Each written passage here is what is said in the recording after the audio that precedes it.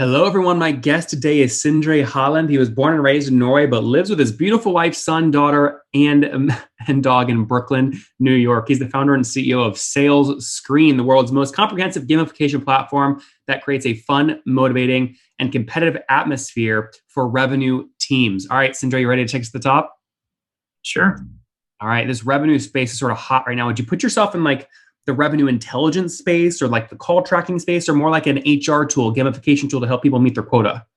We're definitely a sales tool, meaning, that's the people that we talk to. But I would say we're kind of like a counterbalance to a lot of the craze recently, with the outreach and I think it was Gong announcing yet another, Gong Buster round, as they call it.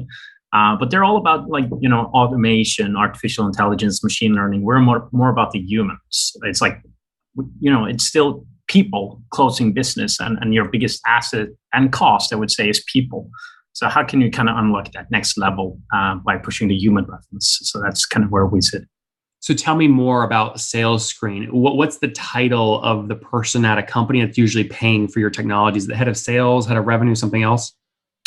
Yeah, it's usually all the way up to the top with the CRO or chief commercial officer or chief sales officer, depending on the industry. But it's usually within the sales trajectory, and there's always sales enablement and sales operations involved in evaluating the purchasing decision. But eventually, it's going to come up to the CRO or like a VP sales type of personality. And what are these CROs paying for your technology on average per month? An average deal for us it's around 24K today. So it's a number that keeps on growing quarter over quarter. Sindre, is that per year? Yeah. Yeah. And what are they paying for that typically? Is it sort of number of seats, feature-based upselling, or some usage-based metric? So our list price is a fairly simple model. It's $29 per user per month for the base package. It's paid annually, of course, and then you have 5 modules that you can add on top, each of them costing $7 per user. Is there one of those modules that is more effective at upselling than others? There's always, 2 models that I feel like that people pay out of the gate with. So what are the two? Like you should almost just bundle them into the base package at this point, I guess. But yeah, it's the boost module. So it's like the actual gamification components with the competitions in particular. And it's the reward module, which is like this coin that you can introduce to inside a platform. And then you can have your own internal web shop where people can exchange these coins that you make through unlocking badges or hitting your quota or, winning prizes in competitions and exchange them for actual gift cards or days off or giving push-ups to your manager or whatever you want to have in that web shop. So take me back to the early days. When did you launch the company? The company was launched in 2011. Actually, I was a student at the time. But the Sales Screen product, which we are known for now, that came on the market in March 2014. And the idea came after iterating with multiple SaaS products that eventually died out or failed. But this idea came from a client which was using one of our other tools for a different purpose that I didn't think of. Like we had this messaging SaaS application set out to kind of replace the text message for corporates, and this one advertisement sales company, like the Yellow Pages, just in the Nordics, they sent out like a text message every time somebody closed a deal to create like a virtual tap on the back. Even though we're not working or working in the field or in the call center. And they used our tool for this purpose of like motivating their sales team. Was that your first customer in 2014? It became the first customer because I would say they were instrumental in like forming the idea behind Sales Screen, and we built pretty much every feature since then based on customer requests and what customers were willing to pay for us to prioritize to develop. So big thanks to them. Now, did you bootstrap up until the pivot in 2014? We did. We actually bootstrapped all the way up to 2018 and surpassed $3 million in ARR as a bootstrap company, 100% employee owned before we took out outside money for the first time. Okay, well, we'll focus pre-2018 because that's what I love. I love hearing these bootstrap stories. And then we'll talk about why you shifted, why you went the other direction. But get me in your head in 2018. Where were you in terms of revenue and how much did you decide to raise? So, I think we can go back to 2017 because that's the point where we passed $2 million in ARR. We were growing nicely. We had this amazing company culture, and everyone was making good dollars. We were paying out dividends. Things were great, but at the same time, Oracle, Dell, SAP, like these companies were knocking on our door, requesting like a quote and starting to talk with us, interested in our gamification technology. And we realized we weren't big enough. We weren't able or capable of handling their organizations. They were simply told, too big. We had the technology, and the technology was scalable enough, but not the organization. So at that point, we kind of realized, okay, what we have here is nice and all, but we're not going to win our industry and become a new category or a dominant player unless we actually embrace this opportunity that is presenting itself more and more, and raise money to expand on the market opportunity that was there. So that kind of made us transition over to bringing in money from the outside for the first time because we saw that the timing was right in the market.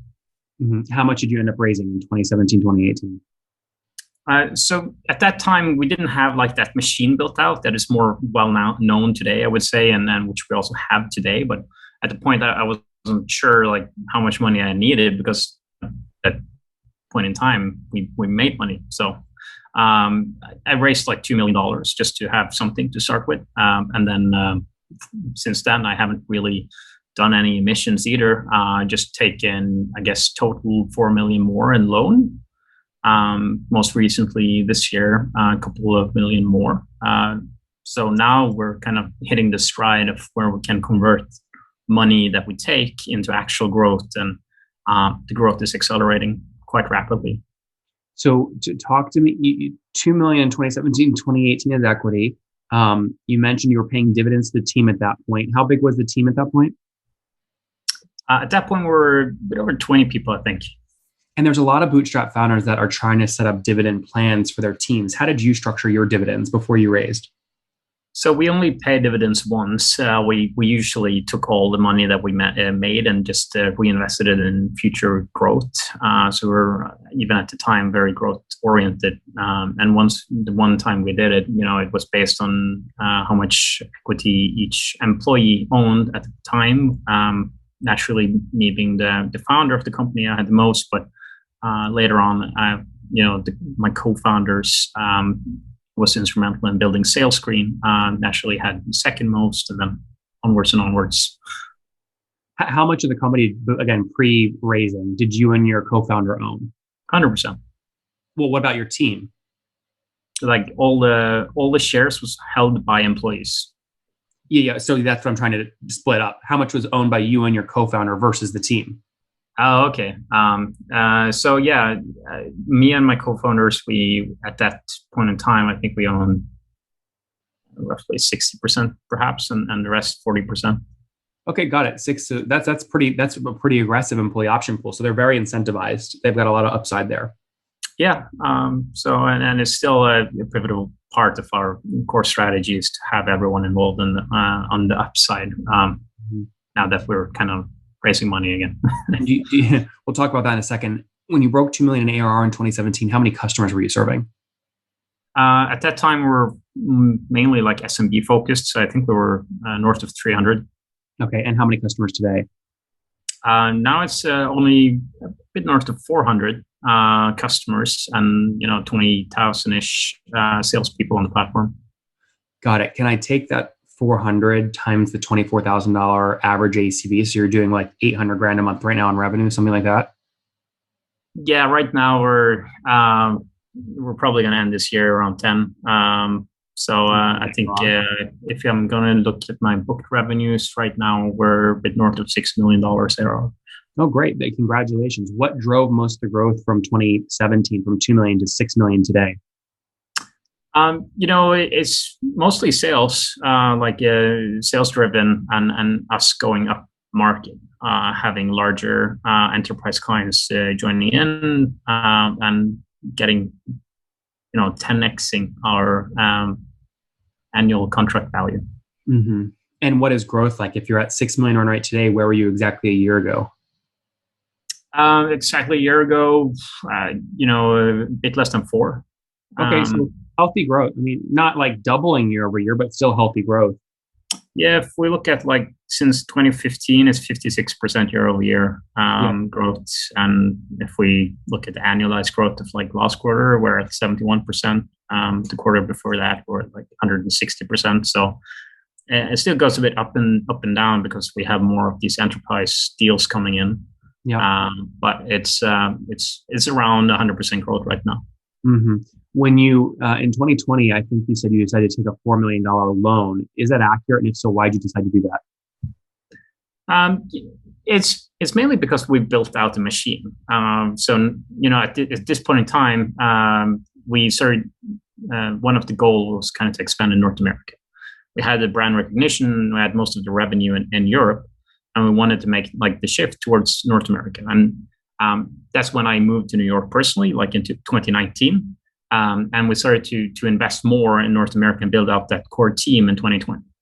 Naturally, building out a team in New York is a bit more expensive than in Scandinavia. Let's just leave it at that. It requires some money. At the same time, as I said, we 10x our annual contract value, and we saw lots of growth opportunities, especially here in North America. So we shifted our revenue from being like mainly coming out of Europe and the Nordics to having like 1/3 of the revenue coming out of North America and growing very fast. So half our pipeline is in North America. There's a lot of different loan products out there right now for SaaS founders. What did you see when you did this last year? What was your sort of how many years do you have to pay it back? And can you give me a general sense of what the cost of capital was? So what we did, with 2020 and the COVID pandemic as well, we were presented with some options and choices. Like when it hit, should you, furlough people like short term because of the uncertainty? Like we being such an employee-owned company, that was like a no-go for us. So in that first round of taking equity for the first time, we also sold some shares in the secondary. So we actually ended up putting most of that money back in as a loan. So that was one part of it. Of the $2 million raise in 2017, how much of that was a secondary versus? That was primary. So it was secondary was equal amount.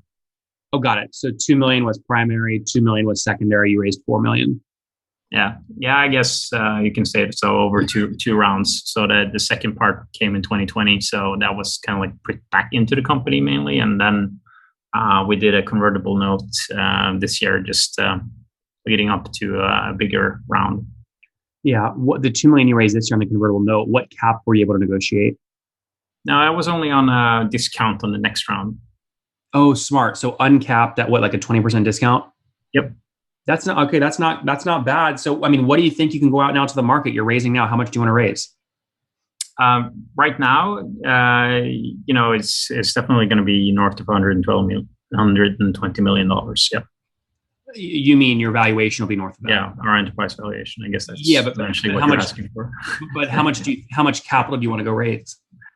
So that's undetermined yet. Yeah. We're in the process of kind of like preparing for this stage now. So I can't go out with too many details on this. Where is your gut telling you can invest more capital to get more growth? First and foremost, it's North America. It's just incredible how much low-hanging fruit there is here right now. But it's also in our Asia Pacific region. Mm-hmm. So we have an office in Singapore. And we're starting to break through there as well. So we want to replicate the success that we had in UK and Ireland and in North America in the APAC region. And what's your team size today? How many folks? We're roughly 50 full-time employees. Okay. How many engineers? In product team, we're 15. Okay. Okay, got it. So 15. Are they based here or in Norway? So the product team is mainly based in Norway. So we have one person in North America. The rest is in Norway. And how many sales reps do you have that actually do carry a quota? At this point in time, I should have known these numbers, I guess. An estimate's fine. I think it's around 10. Okay. I mean, that's always the hardest thing, right? About bringing in capital scale is like, do you hire engineers? Do you hire salespeople? Do you increase paid spend? So, like, how did you think about your first sales hire and the quota to put them on? You know, it is hard. It was definitely hard in the first place. Now it's not hard anymore. Now that we have the unit economics kind of dialed in, and we see that, okay, you know, we need our pipeline is coming from marketing, increasingly more from marketing. We need more resources in that part. We are still, you know, sourcing quite large portion of our sales from our field sales team and our BDR SDR team. So there's a ratio starting to kind of form there, 2 to 1. So now then you can kind of see like, okay, also from the CSM side, we're actually starting to break through on the expansion and upsells of these modules. And there's, you know, this hub mentality. And since our market is so big, we can build out different types of countries in Europe or regions, or even you know, West Coast as a natural next step here in North America as well, and have these foundational hubs that you kind of grow out. And yeah, so it's easier to spend money now that you kind of know that and what to expect from increased marketing spend in terms of traffic on the website and conversion rates and SQLs and pipeline growth. You know. And Sindre, you definitely want to raise. In other words, if Outreach or Gong or SalesOft or Henry Schuck at ZoomInfo came and just said, listen, instead of going and raising a $120 million valuation, here's $100 million all cash up front right now to sell to us, would you exit? Hopefully no, but that's not only for me. I think that we are very much on the track to building out the new category like Outreach, like Chorus, like Gong in the sales tech stack, which is yeah, it makes perfect sense, to be honest. Like, especially given the tailwind from COVID and the fact that people are being trusted into a hybrid or even like fully remote setting, and getting them, you know, engaged and motivated in their day-to-day work is becoming like a board type of discussion. And we see that from our organic inbounds as well. So it's not the right time to exit for us, to be perfectly honest. But you know, if there's a ridiculous amount of money on the table, then I'm never going to say never. I'm pragmatic like that. When you look at your churn, right, your net dollar retention, are you above 100% at this point? Yeah. How much? So 120% is yes, is pretty, and it's growing. Actually, it's grown over the last 8 consecutive And what's quarters. just peeling back that math equation? What was gross revenue churn over the past 12 months? Much worse. So you know, I don't have the exact numbers in front of me right now. Worse? If we look at the last, you know, 3 quarters, I think it's 120, 117, 107, 105. So it's like it's a trajectory that I hope continues. Probably, you know, not, because it's already pretty strong. Yeah, what I'm trying to get a sense of is you have expansion revenue that is more than your contraction revenue. I'm trying to understand what expansion and contraction are to get us to the net number. Yeah, so it's mostly expansion bigger than contraction right now, and upsell is not really a big portion of that number yet, but it's growing. But so you, for example, you could have 10% churn and 20% expansion, or 100% churn and 120%. Like, what is the hole that your expansion is making up for right now? Oh, if you look only on the contraction side, sure. Well, you know, hard to say it. I don't know if I fully follow you on this one, because net dollar retention is calculated by taking contraction and adding back expansion. Your number is 110 or 120 right now. So there's 2 numbers you add together to get to the 120%. I'm just trying to break down those 2 numbers. Do you know what gross revenue churn was over the past 12 months? No, I don't have that in front of me right now. Okay. Like we use to follow on our side is actual net retention, you know. So how do you calculate net? How do you calculate net? So the way we do it is at least we look at the dollar amount. So to your point, like there is a contraction and there's an expansion. So in the seats, since we from the past days had some contracts that went month to month, we could actually get like variation on a month-to-month basis. So that makes it a bit more complicated, but that means that companies could scale down and scale up, and we actually had like a fluctuation there. So the number of seats is like the biggest portion of our net retention number right now. And then the last part is the upselling. So when you look at what an account pays going into a quarter and what they pay when going out of a quarter, that's also has a portion in that net retention. Yep. No, understood. You just don't know what the contraction is, and you don't know what the expansion is. You just know that. I don't have the percentage numbers in front of me right now because of that legacy, we kind of have it on sub-annual contracts and annual contracts. So that the dashboard to combine them hasn't been built yet. So I only have like the numbers, the actual numbers, which was data analyst and the team kind of dug out. So we're building out that dashboard to have. To your point, I understand. Yeah, no problem. We're out of time here. Let's wrap up with the famous five. Number one, what's your favorite business book? I don't have a favorite right now. Maybe yours. Okay. We'll see. Number two, is there a CEO you're following or studying? No. Number three, what's your favorite online tool for building the business? Right now, I would say ABM platform like Demandbase. Like what? Demandbase. Demand-based. Number four, how many hours of sleep do you get every night? I have two toddlers, so like 5. So what, married, single, married with 2 kids? Yeah, married with 2 kids, and they're both under 3 years. So it's wow. 4 or 5. How old are you? I'm 32. 32. Last question. What's something you wish you knew when you were 20? I don't know what I wished for came true. So I guess building a company and making a living out of the company that I built was the dream.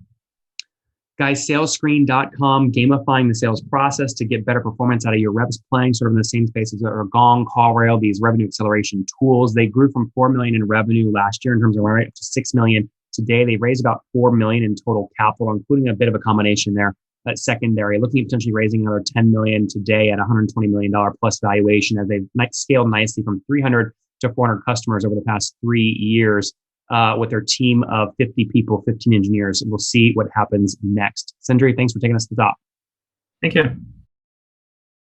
One more thing before you go. We have a brand new show every Thursday at 1 p.m. Central. It's called Shark Tank for SaaS. We call it Deal or Bust. One founder comes on, 3 hungry buyers, they try and do a deal live, and the founder shares back-end dashboards, their expenses, their revenue, ARPU, CAC, LTV, you name it, they share it. And the buyers try and make a deal live. It is fun to watch every Thursday, 1 p.m. Central. Additionally, remember, these recorded founder interviews go live. We release them here on YouTube every day at 2 p.m. Central. To make sure you don't miss any of that, make sure you click the subscribe button below here on YouTube, the big red button, and then click the little bell notification to make sure you get notifications when we do go live. I wouldn't want you to miss breaking news in the SaaS world, whether it's an acquisition, a big fundraise, a big sale, a big profitability statement, or something else. I don't want you to miss it. Additionally, if you want to take this conversation deeper and further, we have by far the largest private Slack community for B2B SaaS founders. You want to get in there. We've probably talked about your tool if you're running a company or your firm if you're investing. You can go in there and quickly search and see what people are saying.